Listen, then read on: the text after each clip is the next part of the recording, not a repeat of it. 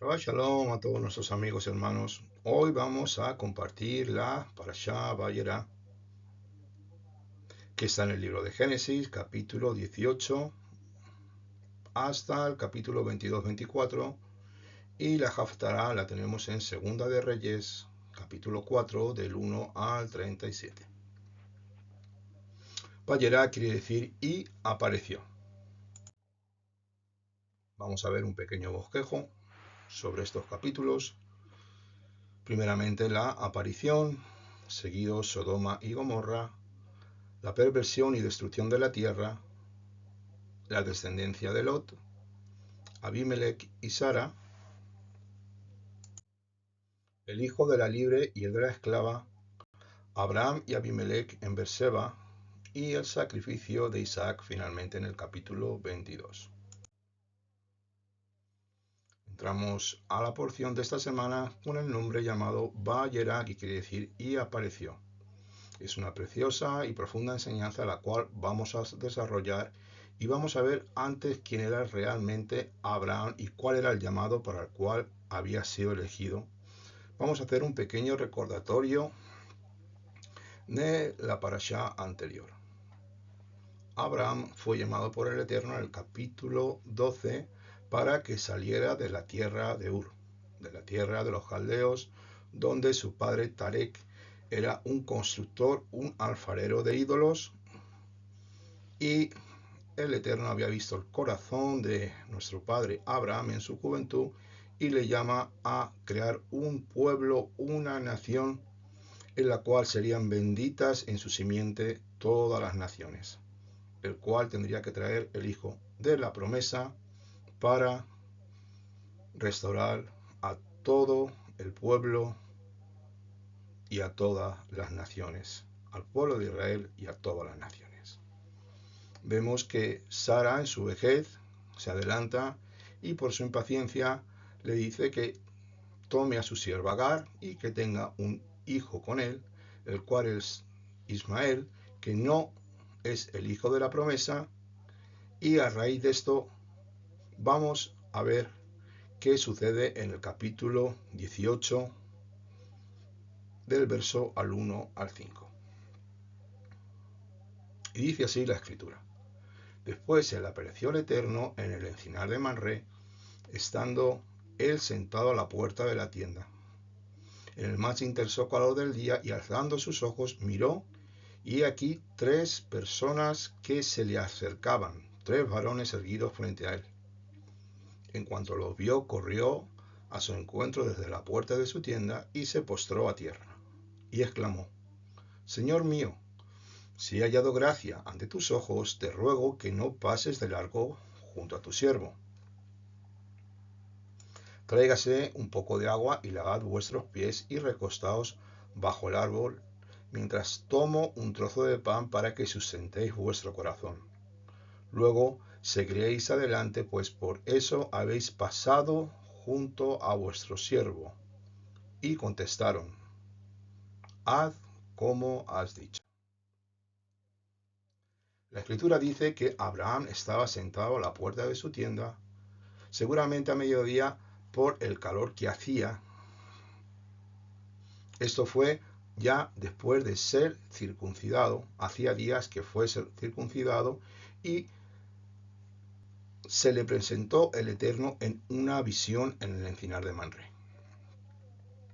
Lo que no nos dice el texto bíblico qué vio Abraham Avinu en la visión. Para mi humilde entender fue la misma Shekinah del Eterno, la gloria de Elohim, que iba a anunciar los futuros acontecimientos que iban a acontecer. La Torá dice que vienen 3 hombres en hebreo, Shloshá Anashim. Este concepto hebreo nos muestra desde la raíz escritural que se acercaron 3 hombres. Aquí debemos aclarar que se refieren a 3 seres celestiales enviados por Abba. Estos Shloshá Anashim son mensajeros divinos, ángeles o enviados para cumplir un propósito, el cual les ha sido designado en aquel momento. Abraham, después de haber recibido la visión del Eterno, entiende perfectamente quiénes son estos tres enviados, estos tres ángeles, y los acoge en su tienda en el encinar de Manré, donde Abraham habitaba. Seguramente Abraham, a sus 99 años de edad, tendría algún cargo o alguna responsabilidad en su comunidad. Esto le permitiría algunas veces tomar parte de algún tipo de litigio en la comunidad, actuando como uno de los ancianos del entorno donde vivía, actuando como juez o tal vez como gobernante de su poblado.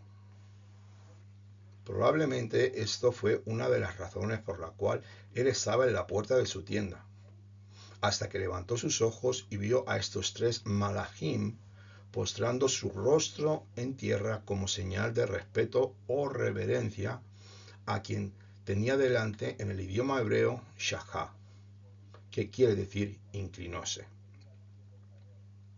Algo muy interesante es que Abraham habla a estos tres enviados, a estos tres ángeles, como si fueran una sola persona, diciendo Adoní, mi Señor. Eso lo leemos en el verso 3, y una vez que les ofrece resguardo y el lavado de pies y alimentos, estos malajim le contestaron como si fueran una sola persona, diciendo así: haz como has dicho. Seguimos leyendo en el verso 6.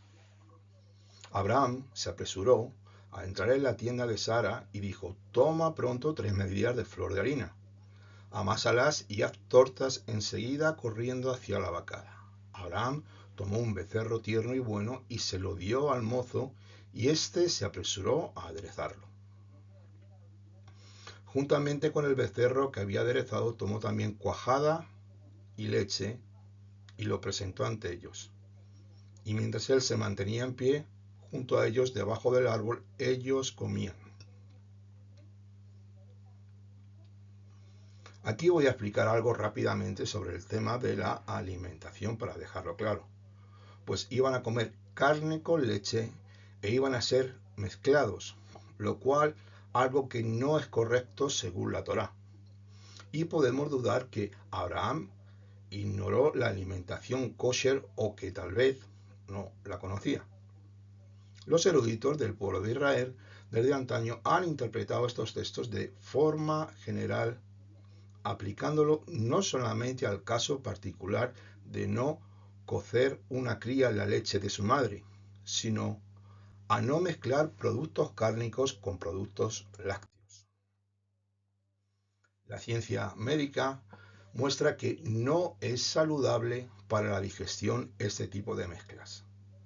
Las carnes necesitan el ácido para disolverse y la leche es una base que es contraproducente al ácido.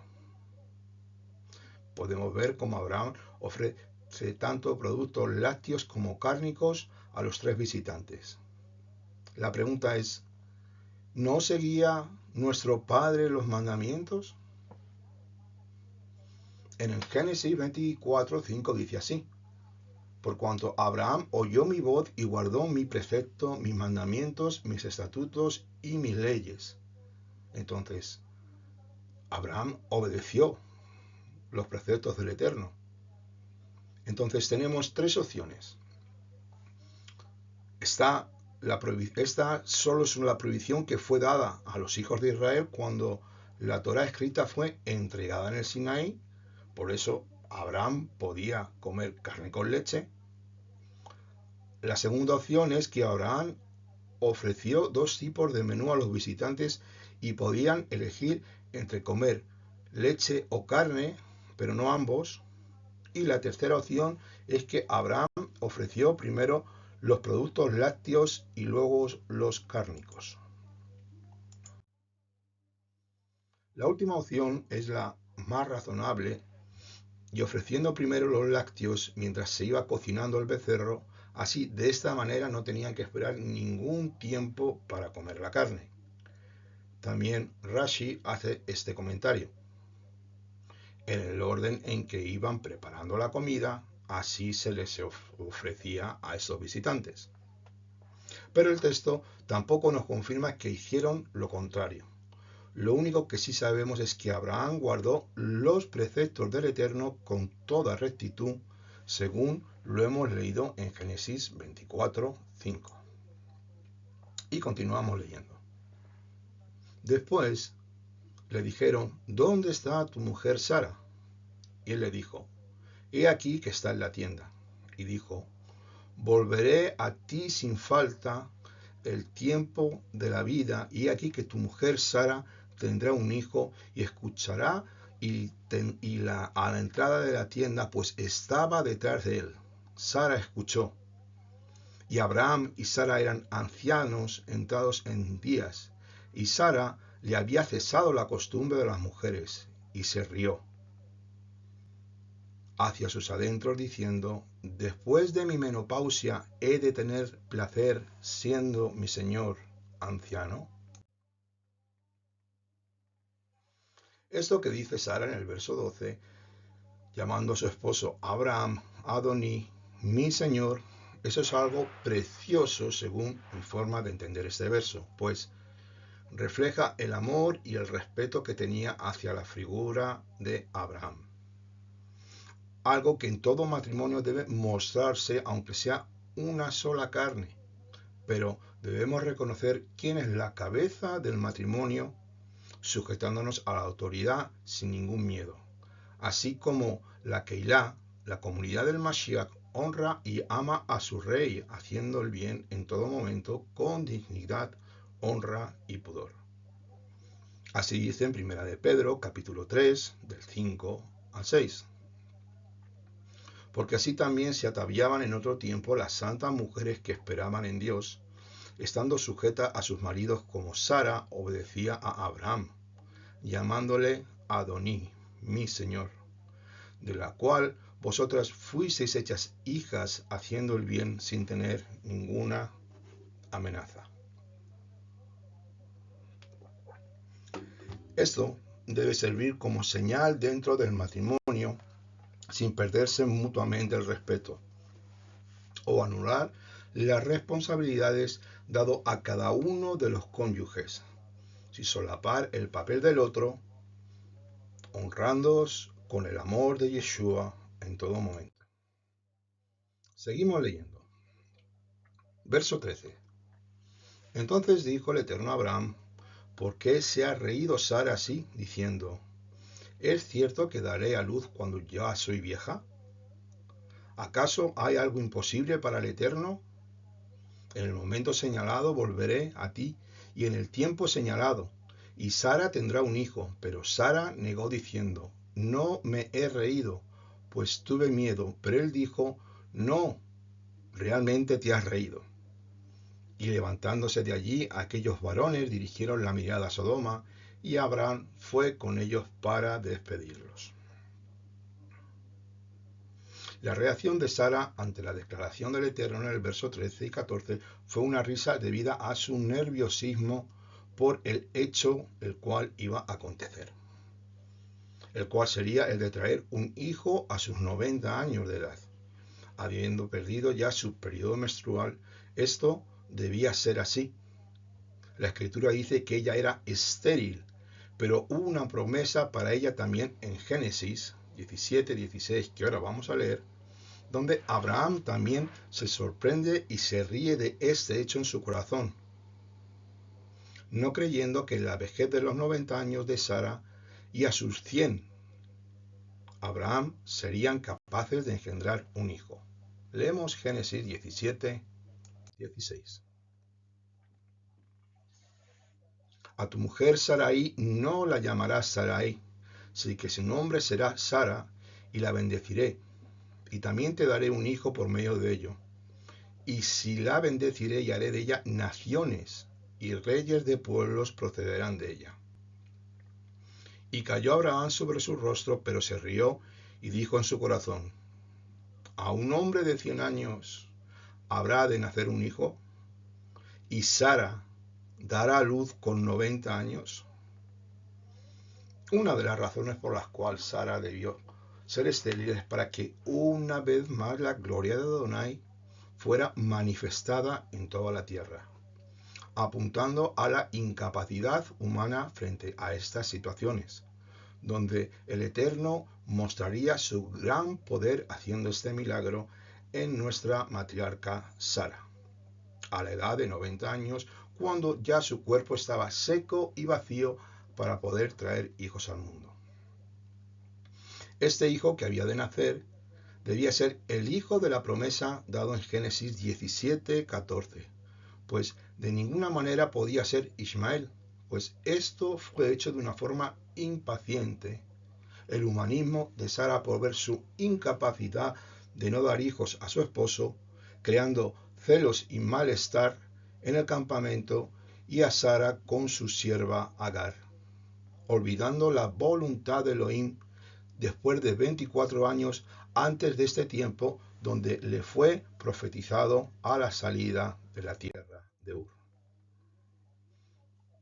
Eso está en el libro de Génesis capítulo 12, donde le fue dicho que Abraham sería una gran nación. Vemos que la condición para que las promesas puedan ser cumplidas para los hijos de Abraham es que se transmita a los hijos el camino de justicia dentro del orden establecido.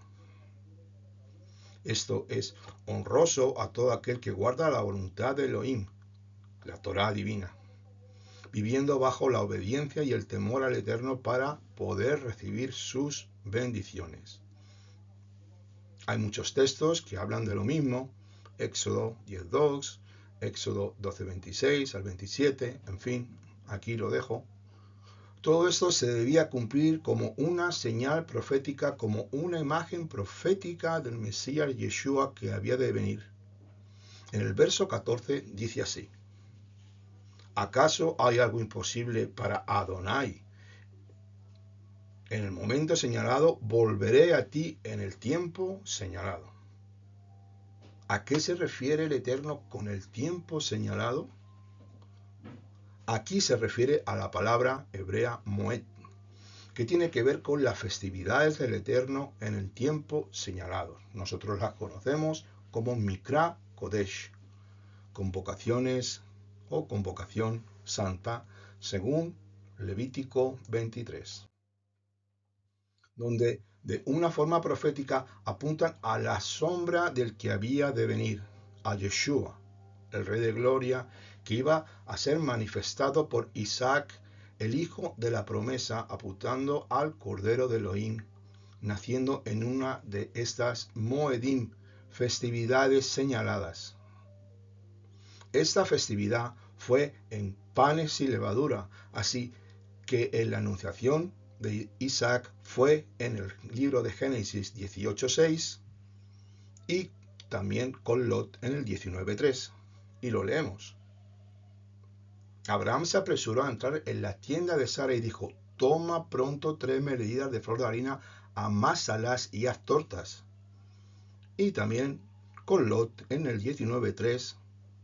Pero como les rogará con insistencia, fue con él, entraron en su casa y él les preparó un banquete, coció panes sin levadura y comieron.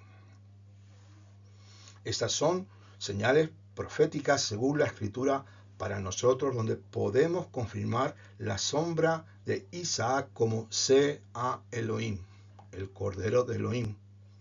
Los textos de sabiduría judía nos datan el nacimiento en el 15 de Abib, donde empieza la festividad de Hag Matzot, lo que son los panes sin levadura, señalando a los Bene Israel saliendo apresuradamente de la tierra de Egipto, en el libro de Éxodo, en la primera redención. Seguimos leyendo y ahora vamos a ver qué sucedió en Sodoma y en Gomorra. Y el Eterno se dijo: encubriré a Abraham lo que voy a hacer, porque ciertamente Abraham llegará a ser una nación grande y fuerte, y él serán benditas todas las naciones de la tierra, porque lo he escogido para que instruya a sus hijos y a su casa y sucesores en el camino del Eterno, practicando la justicia y derecho para que cumpla el Eterno sobre Abraham todo cuanto ha predicho acerca de él. Entonces el Eterno, por cuanto el clamor contra Sodoma y Gomorra es grande y se ha agravado en el extremo su pecado, descenderá ahora y veré si en todo han obrado según el clamor que llega hasta mí, y si no, lo sabré. Entonces los varones se volvieron y encaminaron hacia Sodoma, pero el Eterno se quedó aún con Abraham. Entonces, acercándose a Abraham, dijo: ¿destruirás al justo con el malvado?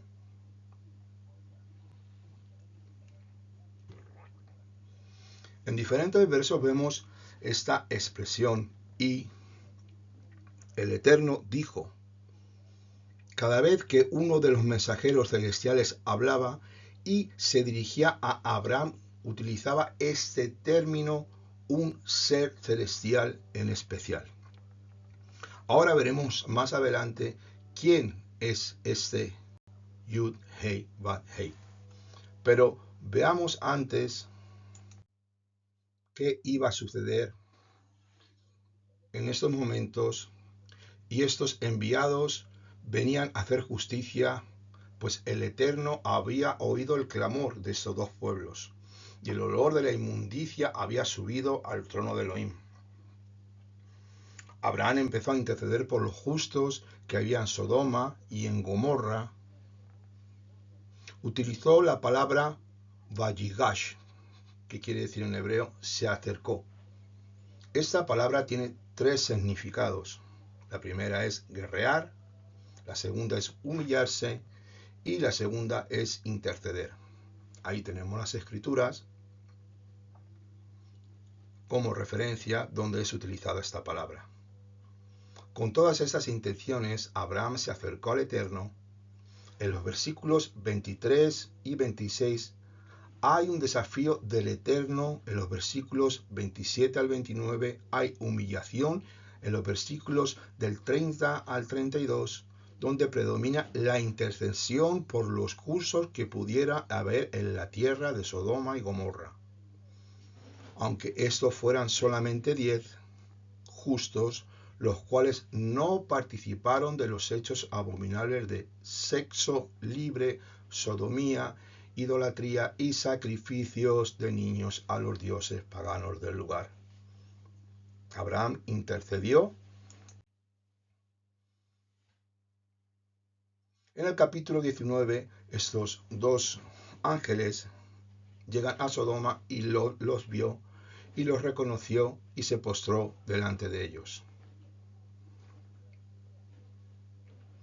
como hizo su tío Abraham, Sahac, llevándolos a su casa, ofreciéndoles alimento y un lugar donde dormir. Pero antes de esto, los hombres del lugar golpearon la puerta intentando tener relaciones sexuales con ellos. Había tanta maldad en ese lugar que ese hedor, esa inmundicia, ese olor por la fornicación, el adulterio y la sodomía y el sexo libre era algo que tuvo que el Eterno actuar para cortar y salvar a la generación que ahora vamos a ver. Y dice así el verso 4 del capítulo 19. Aún no se habían acostado cuando los hombres de la ciudad, los sodomitas, rodearon la casa, jóvenes y ancianos, toda la población hasta el último, y gritando a Lot le dijeron: ¿dónde están los varones que han venido a ti esta noche? Sácalos para que los conozcamos. O sea, para que tengamos relaciones con ellos, para que los forcemos, los violemos y los sodomicemos. Esto es algo que hoy en día es una cosa que está normalizada dentro de nuestra sociedad. El sexo libre, las leyes de género, el homosexualismo, el lesbianismo, es algo que sube continuamente delante del trono de Dios y hiede, es un olor que por su misericordia hoy estamos el ser humano delante de él. Y como dice aquí, jóvenes y ancianos, toda la población hasta el último gritaban, danos a esos varones y sácalos. Hay tal perversión que el Eterno muestra su misericordia a sus justos, a sus sadiquín. Y seguimos leyendo. Lot intentó de que esa abominación no sucediera, dando a sus dos hijas vírgenes, pero fueron tomadas por estos perversos, pero ni aun así cedieron los deseos lascivos de todo este pueblo, arremetiendo contra Lot, y por la misericordia de Elohim, los malachim tomaron a Lot y lo metieron dentro de su casa, ordenando a Lot tomar a toda su parentela para sacarlos al día siguiente. Pues los ángeles anuncian en ese momento que Sodoma iba a ser destruida de una forma inminente.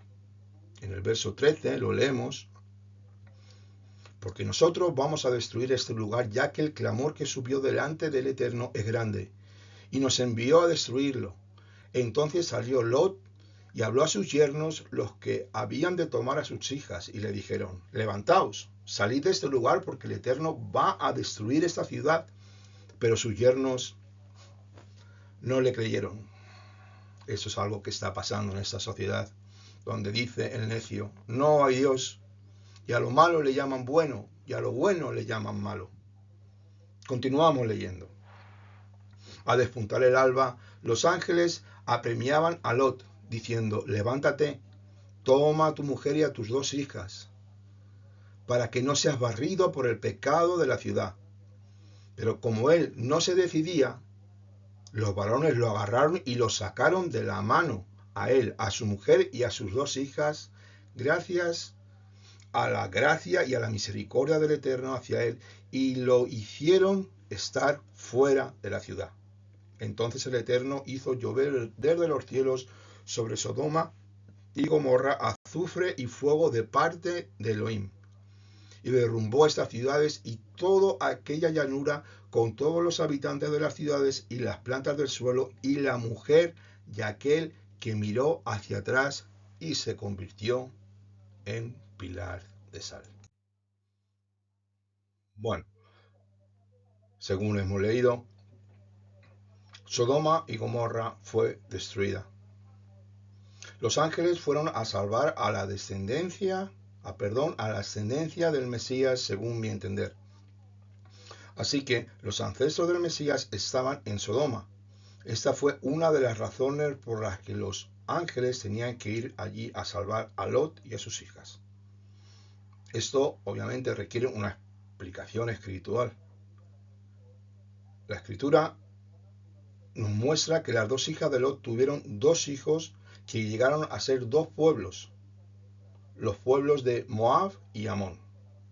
Más adelante, la moabita Ruth entraría en la congregación de Israel por el casamiento con Boaz y se convertiría en una de los ancestros del rey David y Mashiach.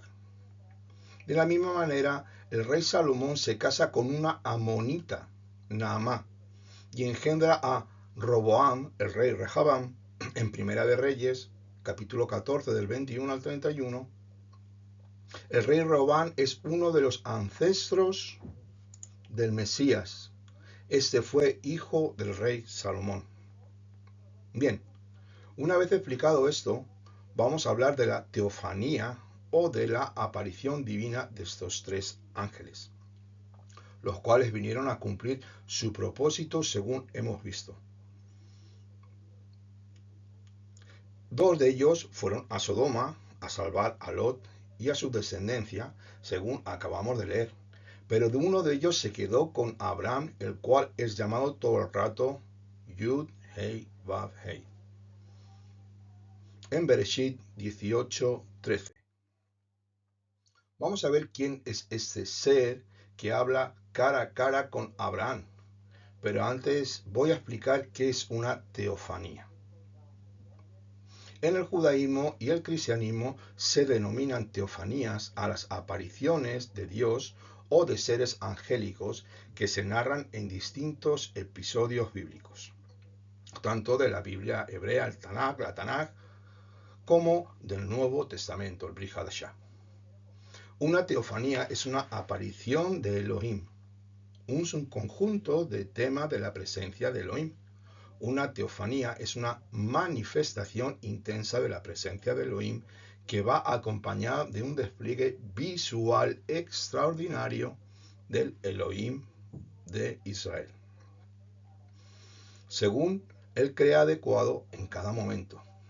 Esto lo tenemos claro como un pilar básico de lo que voy a explicar. La escritura dice que Yud Hei Vav Hei se quedó a solas con Abraham en el verso 22 del capítulo 18, que dice así: entonces los varones se volvieron y se encaminaron hacia Sodoma, pero Yud Hei Vav Hei se quedó aún con Abraham. Desde el libro de Génesis, capítulo 1, 27, se utiliza esta expresión, Memra Adonai, en el idioma arameo. Y dice así: y oyeron la voz de Memra Adonai, caminando en el jardín en la tarde de día, y Adán y su esposa se escondieron de delante del Señor Dios entre los árboles del jardín. Leemos en Génesis 1.27 en el Targum de Jerusalén, que dice así: y un jardín del Edén del justo fue plantado por Memra Adonai antes de la creación del mundo, e hizo allí morar al hombre cuando lo había creado. Memra Adonai planta el huerto del Edén. También tenemos en Génesis 2.8 el Targum de Palestina. Y oyeron la voz de Memra Adonai caminando en el jardín en la tarde del día, y Adán y su esposa se escondieron de delante del Señor Dios entre los árboles del jardín. La Memra Adonai caminando en el jardín del Edén. Note que la palabra Adonai camina y se le nombra Señor Dios. Tenemos también en el Targumim Onkelos y de Palestina, Génesis 3.8, que dice así: después de esas cosas, Memra Adonai vino a Abraham en una visión diciendo: no temas, Abraham, yo soy tu escudo, tu recompensa será muy grande. Memra Adonai hablando con Abraham. Eso lo tenemos en Génesis 15.1 en Jewish Publication Society. Vamos a ver qué quiere decir la palabra Memra, su significado y de dónde viene. La palabra Memra es de origen arameo, que quiere decir palabra, y Adonai es el título con el cual se sustituye el nombre del santo bendito sea Yud Hei Vav Hei, el tetragramatón. Simplificando su contenido, sería en el idioma hebreo, en griego y en latín y en la lengua vernácula al castellano así: Dabar Yud Hei Vav Hei, en el griego Logos Yud Hei Vav Hei, al latín el verbo y al castellano el verbo de Dios. En los Targumim, que son traducciones del Tanaj en arameo, se sustituyen en algunos las palabras Memra Adonai por el nombre Santo bendito sea del Dios de Israel, donde el texto masorético se lee Yud Hei Vav Hei. Esos textos son una interpretación en arameo de la Biblia hebrea producida o compilada por Yehudim desde finales del Segundo Templo hasta los comienzos de la Edad Media, finales del primer milenio. Esta expresión aramea es utilizada en todo el Tanaj. También se usa en el Salmo 33.6, que dice: por palabra, Memra, Yud Hei Vav Hei, fueron hechos los cielos y todas sus constelaciones por el aliento de su boca. Vemos que en hebreo tampoco tiene el artículo ha o la, literalmente dice por palabra yud, hei, bad, hei. Los 70 sabios que tradujeron el Tanakh del hebreo al griego en este salmo usaron la palabra logos en el griego, que fue traducido para el rey Ptolomeo, es la Septuaginta. Y ahora vamos a leer un capítulo al que todos conocemos perfectamente y nos va a dar una pista final de quién es Menra. Leemos en Juan capítulo 1, del 1 al 4 y el versículo 14 al final. Y dice así: en un principio era el Logos, y el Logos estaba ante Dios, y Dios era el Logos. En un principio estaba ante Dios, todas las cosas por Él fueron hechas, y sin Él nada de lo que ha sido hecho fue hecho. Y en el verso 14 dice así también: y el Logos se hizo carne y tabernáculo entre nosotros, y contemplamos su gloria, la gloria como la del unigénito del Padre, lleno de gracia y de verdad. Aquí con este texto de Juan desvelamos y simplificamos quién es Menra. El Logos es el Eterno y el Logos es Dios, igual que se enseña en los Targumín con la palabra Menra. La Biblia no puede estar equivocada en explicar lo mismo con tantos años de diferencia. Es sencillo. Es lo mismo Menra, Dabar, Logos, palabra o verbo.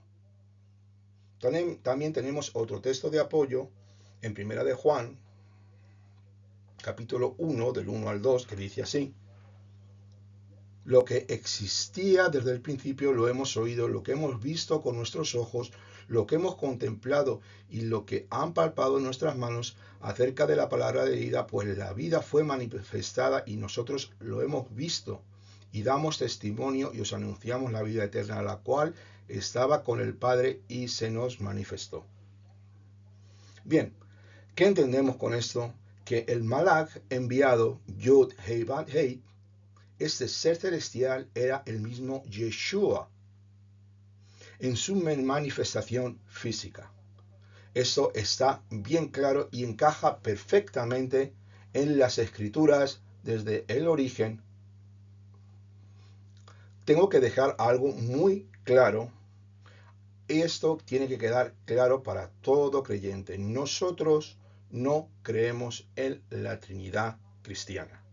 Esto no son tres dioses ni tres formas. Esto no es bíblico. ¿Vale? Nosotros respetamos a todas las personas, las creencias, pero esta enseñanza trinitaria no es bíblica y fue creada por Roma en su tiempo, apartándose de la raíz hebrea que enseña que Adonai es Ejad. Yud Hei Bad Hei es Ejad. Continuamos. Como hemos podido leer anteriormente, los Targumim arameos se habla de Menra Adonai. Desde el principio, en Génesis 1.27, como quien planta el huerto del Edén, en Génesis 2.8, quien camina y se le nombra Señor Elohim, en Génesis 15.1, no temas, Abraham, soy tu escudo, tu recompensa, y será muy grande. Hay más textos bíblicos sobre esto. Sabemos que Yeshua es Yud Hei Bad Hei, es Elohim, y Menra es una emanación de Elohim según las escrituras. Esto aparece en los escritos arameos. En el Targum de Onkelos, 179 veces la palabra Menra. En el Targum de Jerusalén, 99 veces. En el Targum Jonathan, 321 veces. Y en el Targum Neofiti, 314 veces. De estos cuatro Targumim, Onkelos y Jonathan son los más importantes. El arameo Fue la lengua franca durante cientos de años en las comunidades judías de la tierra de Israel y Babilonia en los tiempos de la cautividad. Para facilitar el estudio de la Biblia y hacer más inteligible su lectura pública, se necesitó un texto con autoridad. En el libro de Génesis 9, de 12 al 15, el Targum Jonatán hace un pacto entre Sumenrá y Noah, después que paró el diluvio cuando bajaron del arca. Lo leemos. Y el eterno Menrá dijo: esta es mi señal del pacto que establece entre mi Menrá, mi palabra, y entre ustedes y toda alma viviente que esté con ustedes hasta las generaciones del mundo. Ese es el pacto que el Eterno le da a Noah con el arco, donde no iba a destruir nunca más la tierra por el diluvio. También leemos en el Targum Neofiti, Génesis 15:6, y creyó Abraham en el nombre de la Menrá de Yud Hei Vav Hei. La expresión de Yud Hei Vav Hei se le contó por justicia. Abraham ya creía en la Menrá del Eterno, y ahora podemos entender este pasaje donde Yeshua habla sobre Abraham cuando le vio. Juan 8:14 al 16. Abraham vuestro padre se regocijó de que vería mi día, y lo vio, y se alegró. Entonces le dijeron los judíos: ¿aún no tienes 50 años y has visto a Abraham? Jesús les dijo: de cierto os digo, antes que Abraham llegara a ser, yo soy. Abraham vuestro padre se regocijó de que vería mi día, y lo vio, y se alegró. La Menrá no es algo separado de Elohim, sino que es su expresión corpórea. Es un Dios omnipotente, omnisciente, todopoderoso, que puede manifestarse y hacer como Él cree conveniente. También es lo que podemos percibir de Elohim en las Escrituras. Hay algo muy importante en otro escrito. En el Targum Jonatán de Barín, del 32 al 39, Deuteronomio, dice así: cuando la Menrá del Eterno se revele para redimir a su pueblo Israel, dirán a todas las naciones: he aquí que yo soy el que soy, y no hay Elohim fuera de mí. Yo en mi Menrá hago morir, y yo hago vivir. Heriré al pueblo de la casa de Israel, y los sanaré al final de los días, y no habrá quien pueda librarlos de mi mano. Poderosa palabra es esta. Aquí la Menrá de Adonai se revela a su pueblo como: yo soy el que soy. Eheye Asher Eheye, Aleph Tav. Como dice la Escritura, que herirá al pueblo de Israel y lo sanará al final de los días. Eso es algo poderoso, donde hay en el Brit Hadashah escritos y revelación dado a los apóstoles, la manifestación y la restauración del pueblo de Israel en todo el Tanaj. En el libro de Apocalipsis, también capítulo 1, dice así, del 7 al 8: he aquí viene con las nubes, y todo ojo lo verá, y también aquellos que lo traspasaron harán lamentación por él. Todas las tierras, las tribus de la tierra, sí, amén. Yo soy el Aleph Tav, dice el Señor Elohim, el que es y el que era y el que está viniendo, el Todopoderoso a Elohim. Una vez desvelado, según la Escritura, quién era Yeshua, la Menrá, Dabar, Logos, el Verbo de Dios, vamos a ver la siguiente aliyá. Génesis capítulo 21, y dice así la Escritura: y visitó el Eterno a Sara, como ya ha dicho, e hizo el Eterno con Sara según había hablado. Sara, pues, concibió, y para el tiempo señalado que Elohim le había hablado, dio a luz a un hijo, a Abraham, en su vejez. Y Abraham llamó por nombre el hijo que le había nacido, el cual Sara le había parido, Isaac. Y cuando tenía 8 días, Abraham circuncidó a su hijo, Isaac, como Elohim le había ordenado. Y era Abraham de 100 años cuando le nació su hijo Isaac. Entonces dijo Sara, Elohim me ha hecho reír. Recordamos que este ángel, este Malak, Menra, cuando le profetiza a Sara de que había de dar a luz en el tiempo señalado, recordamos, Moed, según Levítico 23, apunta a Isaac como la figura profética del Mesías Yeshua, sea Elohim, el Cordero de Elohim. Que según la sabiduría judía, nuestro padre Isaac nació el 15 de Nisán, al principio de la festividad de panes sin levadura, seguido de Pesach, anunciando la salida del pueblo de Egipto en su primera redención con Moshe Rabenu. Finalmente había llegado el hijo de la promesa que Hashem le había profetizado a Abraham y a Sara en Génesis 17. Hay cosas que deben ser en los tiempos de Elohim y no en la impaciencia o en los tiempos del ser humano. Muchas veces la impaciencia y nuestra carnalidad nos llevan a cometer grandes errores, aun sabiendo que hay un llamado o unas promesas dadas como su pueblo escogido. Y también para nuestra vida personal un llamado en el reino de los cielos. Sara decidió poner al recién nacido Isaac, que esto quiere decir en hebreo ríe o risa. Podemos entender el por qué Sara dice esto en el verso 7. ¿Quién le hubiera dicho a Abraham que Sara amamantaría hijos? Pues le ha dado a luz un hijo en su vejez. Trajo felicidad a una madre a sus 90 años, siendo estéril y seca por dentro.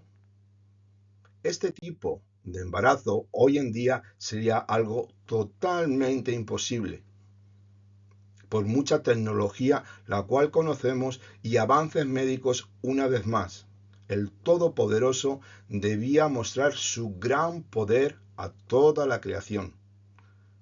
Esto es sin duda un milagro donde toda la gloria es del Creador y bendito sea su nombre, el Creador del universo, mostrando la sombra profética de aquel que había de venir, nuestro Mesías y Rey Yeshua, siendo su concepción de una forma milagrosa, nacido de una virgen Alma, como bien sabemos, que ya la expliqué en la otra parashá hace unos meses, la cual no había tenido su primer periodo sin poder ovular en su cuerpo. Pero aquí, después que Isaac nació, empezaron los problemas al poco tiempo con el joven Ismael. Lo leemos en Génesis 21, 8 al 9. Y dice así la escritura.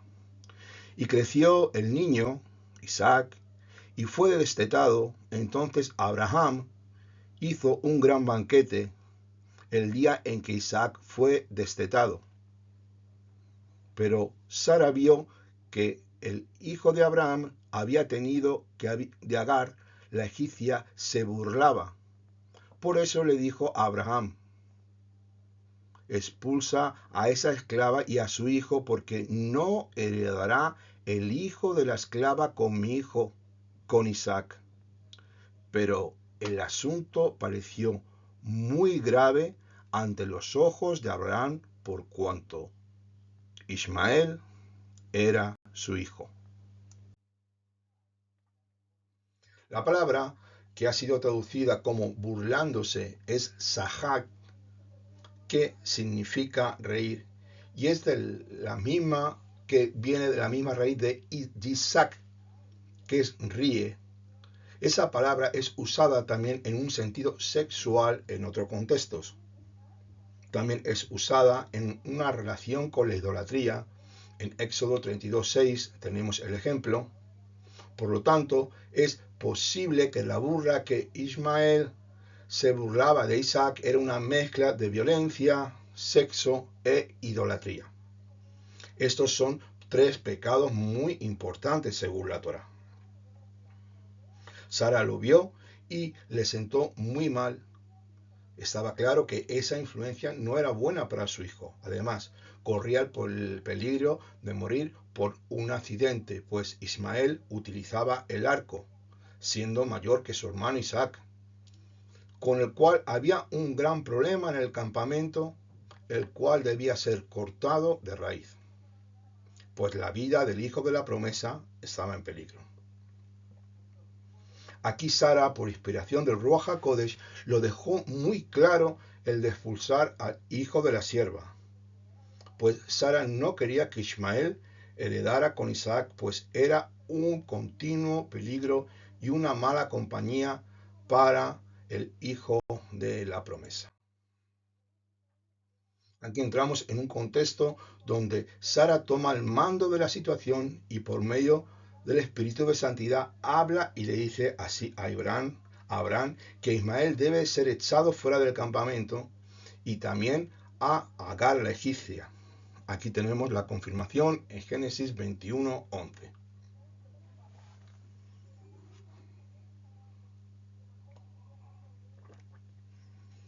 Pero el asunto pareció muy grave ante los ojos de Abraham por cuanto era su hijo.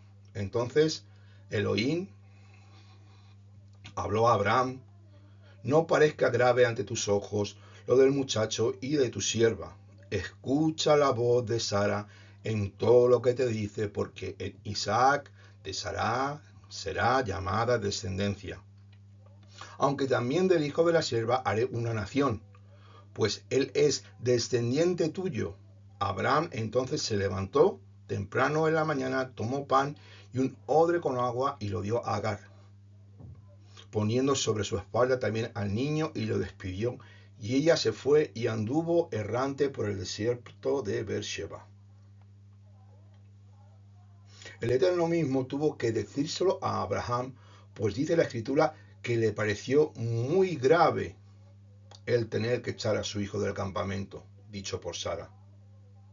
Seguidamente cedió y expulsó a la madre y al joven con pan y agua por el camino, hasta que Agar lloró y, oído por el Eterno, le fue dada una respuesta por el ángel de Elohim. Dice así en el verso 17. Pero Elohim oyó la voz del muchacho, y el ángel de Dios llamó a Agar desde los cielos y le dijo: ¿qué tienes, Agar? No temas, porque Elohim ha oído la voz del muchacho en donde está. Levántate, alza al muchacho y sosténlo con tu mano, porque haré de él una gran nación. Y estuvo Elohim con el muchacho, el cual creció y habitó en el desierto, y fue tirador de arco y habitó en el desierto de Param, y su madre tomó para él una mujer de la tierra de Egipto.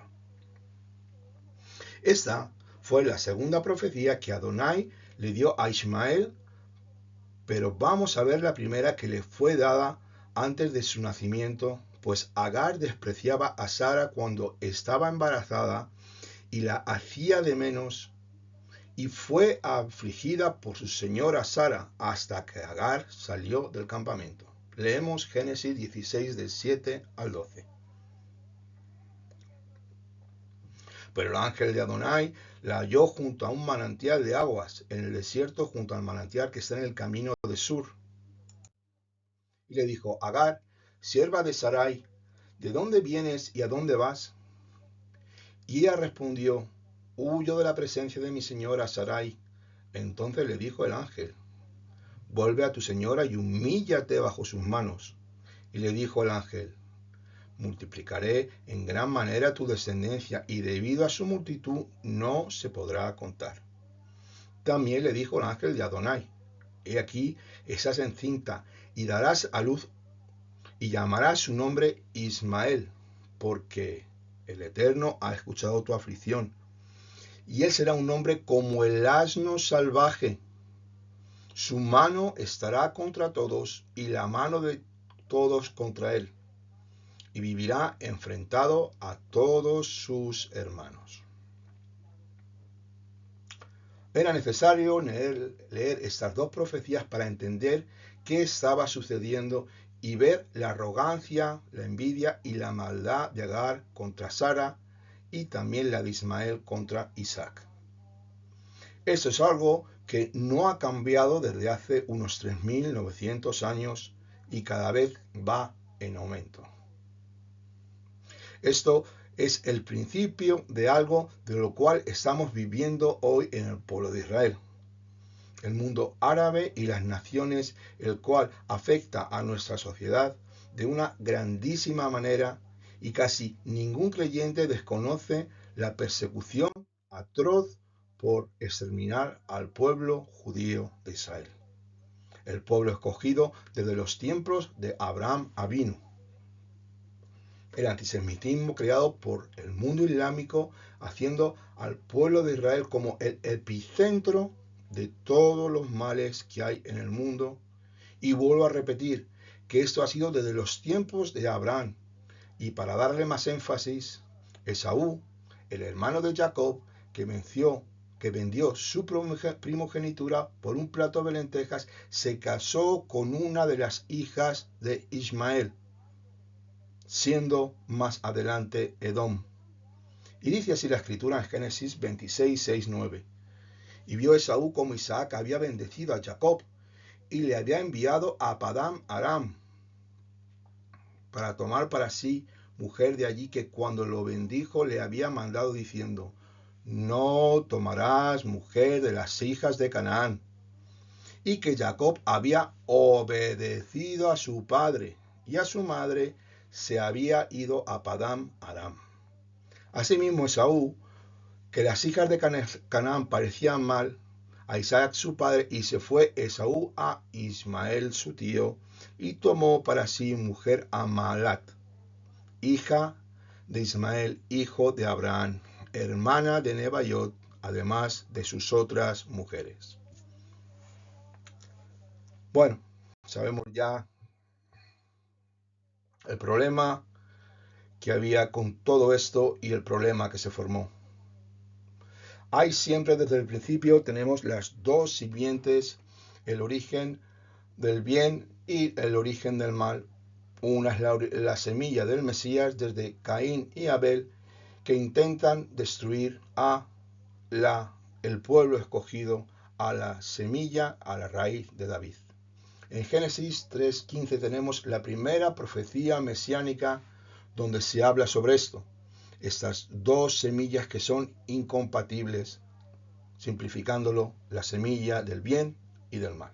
Y dice así la escritura: y pondré enemistad entre ti y la mujer, y entre tu descendencia y tu descendiente. Él te aplastará la cabeza cuando tú hieras su calcañar.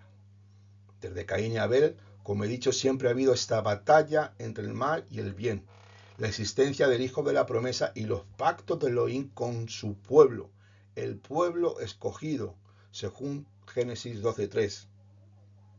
El trasfondo con Ismael, con el mundo islámico, y de Esaú con las naciones, donde son vistos por el judaísmo como las dos raíces espirituales de los dos progenitores, los cuales hasta el día de hoy odian y rechazan a todo el pueblo judío de Israel. Añadiendo a Amalek, que forma parte del fundamento religioso y mítico, respetando a la enemistad y a la guerra santa de los judíos contra los no judíos, es visto como una fuente espiritual de venganza. El mundo islámico odia de tal manera al pueblo de Israel que lo único que desean es su muerte. Todo esto es algo profético, pues como he dicho antes, el espíritu de Amalek nunca cesará de acosar física y espiritualmente a Israel para destruirlo como sea. Sabemos que son un pueblo fiero, donde la violencia es la mejor forma de expresión varonil y machista. y el que pega más fuerte es el que tiene la razón.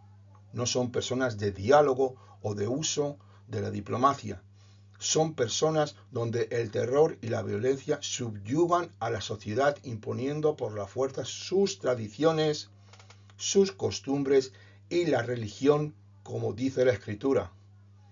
Y él será un hombre como el asno salvaje. Su mano estará contra todos y la mano de todos contra él, y vivirá enfrentado a todos sus hermanos. La raza árabe, la cual la mayoría son de religión islámica, intenta imponer en todo el occidente el Islam a la fuerza. Esta es la ley islámica llamada Sharia, que recorta, cambia y manipula los valores morales, éticos y espirituales de las enseñanzas bíblicas dadas por el Eterno a su pueblo Israel. Pues ellos reclaman ser hijos de Abraham y reclaman ser sus herederos según la carne, citando en el Corán a nuestros profetas, e incluso creen en Yeshua como uno de ellos, pero no creen que él es el Mesías enviado, ni que murió, ni que resucitó en el madero. Dice que lo bajaron de ahí, pero que ese no es el Mesías verdadero. Ellos no aman ni respetan a su prójimo, pues su Dios, Alá, nada tiene que ver con el nuestro, pues es un Dios de muerte, violencia, sumisión y terror. Al que no es musulmán le llaman infiel, al judío le llaman sionista, y todo aquel que no es musulmán es tratado y rechazado como un perro, como un parias dentro de sus tradiciones religiosas, creyéndose de sangre superior y mejor que nosotros en todo momento. La imposición de la Sharia, la ley islámica, con sus puntos principales de acabar con todos los infieles, empezando con Israel y después con las naciones, pues ellos también esperan a su Mesías llamado el Mahdi. Vamos a ver qué es esto. Eso es una fuente que he cogido de internet, lo primero que he encontrado. El Mahdi, en la escatología islámica, es un libertador mesiánico que llenará la tierra de justicia y de equidad. Restaurará la religión verdadera y marcará el comienzo de una corta era dorada que dura 7, 8 o 9 años antes del fin del mundo, con reivindicaciones de justicia, de liberación política y dominación sobre los enemigos. He creído necesario explicar esto, pues necesitamos saber con quién vivimos y con quién convivimos. Y en estos tiempos estamos dentro de la profecía bíblica. Obviamente no todo es color de rosa y tenemos que saber que el Islam es una pandemia, es peor que una gonorrea, es peor que es un virus mortal. Es la religión de la muerte y el terror propagado por todo el mundo. Y no hablo de la raza árabe como algo malo. Explico el contexto profético que nos da la Escritura ya desde el nacimiento de Isaac, como el pueblo hebreo ha sido perseguido y acosado hasta el día de hoy, con guerras, matanzas, inmolaciones en Israel, secuestros de niños, etc., etc. y etc. No quiero entrar en detalles. Solo dejo este dato sobre el holocausto de más de 6 millones de judíos que fue orquestado por el Mufti de Jerusalén, Haji Amin al-Hussein, líder del Islam en el año 1941. Este líder supremo religioso en 1941 convenció y apoyó a Hitler de la mayor matanza de judíos en las cámaras de gas, como todos conocemos, con el exterminio del pueblo judío, llamado la Shoah. Esta religión, que es peor que un cáncer, que una pandemia, quiere acabar con todos judíos y cristianos en todo el mundo. Golda Meir dijo: cuando los árabes tengan más amor por sus hijos que odio contra los judíos, podremos tener paz. Esta actitud que Agar tenía contra el joven sigue viéndose entre las madres del pueblo palestino, que envían a sus hijos a matarse con bombas suicidas para exterminar a unos pocos judíos. Hay mucho árabe bueno y gente de paz que yo respeto y he trabajado y he tenido empleados con ellos. E incluso hay también promesas para el pueblo de Ismael. Hay salvación. Y eso están en Isaías 19, del 18 a 21. Donde si ellos doblegan su ser, donde ofrezcan, si quieren ofrecer holocaustos al Elohim de Israel, ellos serán salvos. Esas promesas están ahí, pero tienen que doblar la rodilla, como todos, y aceptar a Yeshua y dejar de ser destructores. Ahora vamos a ver el trasfondo espiritual de quiénes son los creyentes en Yeshua, a quién pertenecemos, de estas dos simientes, de estas dos promesas y de estos dos pactos, los cuales son sumamente importantes entenderlos, donde Pablo, Rabí Shaul, nos habla de la esclavitud y de la libertad que el Eterno nos da dentro de la bendita Torá, y se titula El Hijo de la Libre y el de la Esclava. Eso está en Gálatas capítulo 4 del 22 al 31. Dice así: porque está escrito que Abraham tuvo dos hijos, uno de la esclava y el otro de la libre.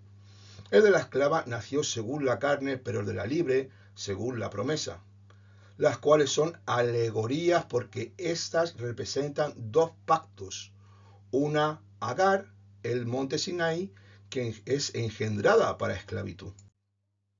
Ahora bien, Agar es el monte Sinaí en Arabia y es figura de la Jerusalén actual, pues está esclavizada por sus hijos. Pero la Jerusalén de arriba, la cual es nuestra madre, es libre, porque está escrito: regocíjate, oh estéril, la que no das a luz, prorrumpe y clama, la que no sufre dolores de parto, porque muchos son los hijos de la desamparada, más que los que de la que tienen marido.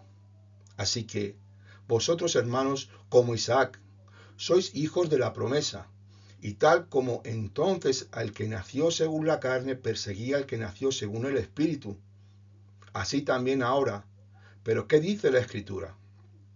Echa fuera a la esclava y a su hijo, porque no heredará el hijo de la esclava con el hijo de la libre. Por tanto, hermanos, no seamos hijos de la esclava, sino seamos de la libre. Este es uno de los puntos importantes dentro de la fe en el Mashiach. Tenemos esos dos pactos y una sola promesa dada por Elohim.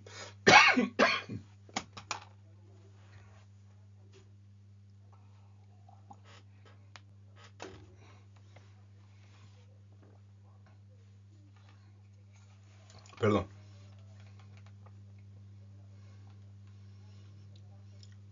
De Abraham iba a ser el padre de las multitudes, según Génesis 12:1.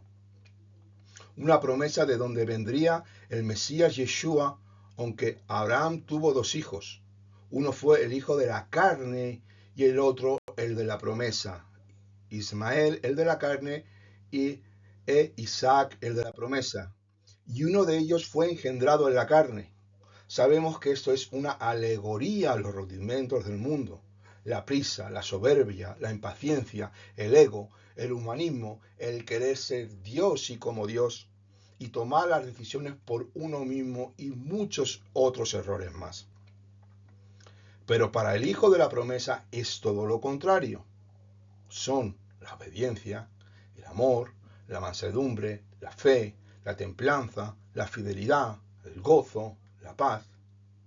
Estas cosas nos apuntan a la Jerusalén celestial, a todos aquellos que han recibido el nuevo nacimiento en el Mesías Yeshua, siendo inmersos en el bautismo del Ruach HaKodesh con la tevilá del agua y del fuego. Pues nosotros, los creyentes en el Mesías, somos el fruto de la promesa dada a los patriarcas, de donde algo que no podía ser ha sido. Así como sucedió con Sara, algo que no podía ser, ha sido, pues Sara fue estéril para no tener hijos, y en el tiempo ordenado por Dios nació Isaac y vendría como el hijo de la promesa. Así, nosotros, los de la promesa, los que vivimos según el Ruach HaKodesh, el Espíritu de Santidad, somos perseguidos por los hijos de la carne y todo lo referente a los rudimentos del pecado del mundo que nos intenta sacar de la Torah Emet. Lo que por gracia somos salvos aplicando los mandamientos de Elohim como un maestro de santidad, temor y reverencia.